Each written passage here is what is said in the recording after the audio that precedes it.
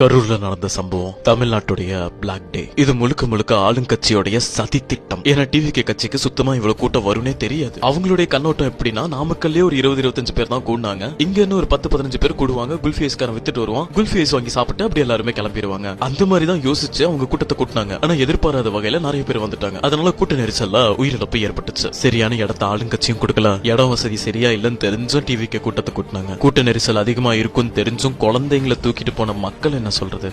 Sorry sorry sorry sorry, நான் தப்பா பேசிட்டு இருக்கேன். இல்ல இல்ல இல்ல, இதை நான் பேசக்கூடாது. நான் பேச வேண்டியது விஜய் அண்ணா.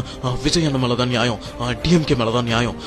எஸ் நான் இதை பத்தம் பேசணும். Okay okay okay. ஐயா விஜயா இருக்கட்டும் இல்ல டிஎம்கே கட்சிக்காரங்களா இருக்கட்டும், கோடிக்கணக்கான காசை சேர்த்தி எல்லாருமே அவங்க குடும்பத்தை பாதுகாப்பா செட்டில் பண்ணி வச்சுட்டாங்க. நாளைக்கு நீ எந்திரிச்சு சம்பாதிக்க போனாதான் உனக்கு காசு. நீ பொறுப்பா இருந்தாதான் உன்னுடைய எதிர்காலமும் உன்னுடைய குடும்பமும் பாதுகாப்பா இருக்கும். அதெல்லாம் எங்களுக்கு தெரியாது. அடுத்து எத்தனை கூட்டம் இப்படி வந்தாலும் நாங்க போவோம். அந்த கூட்டத்துல ஒரு அரசியல்வாதியோட பையனோ இல்ல டிவிகே குடும்பத்தை சேர்ந்தவங்களோ இல்ல. அதெல்லாம் நீ பேசுற, அவங்க குடும்பத்துல இருக்கிறவங்க தான் அவங்களை டெய்லி பாக்குறாங்கல்ல. அதனால அவங்க எதுக்குப்பா இங்கெல்லாம் வரணும்? சரி, அப்படி அவங்க மக்களுக்காக என்னதான் பண்ணிட்டாங்க? இவ்வளவு கூட்டம் கூடுறீங்க, இவ்வளவு படம் நடிச்சிருக்காங்கல்ல, இத்தனை படம் நடிச்சிருக்காங்கல்ல, இதுக்கு மேல என்ன வேணும்? அது மட்டும் இல்லாம இந்த விஷயத்த உங்களோட மட்டும் நீங்க முடிச்சுக்காம குழந்தைங்களையும் அந்த கூட்டத்துக்கு தூக்கிட்டு போய் அந்த குழந்தைங்க மனசுலயும் விதைக்கிறீங்க. குழந்தைங்க மனசுல விதைக்க வேண்டியது ஐயா பெரியாரையும் ஐயா அப்துல் கலாமையும் தான். இவ்வளவு பேசுறியா? அவரை மாதிரி உன்னால நடிக்க முடியுமா? அவரை மாதிரி உன்னால டான்ஸ் ஆட முடியுமா?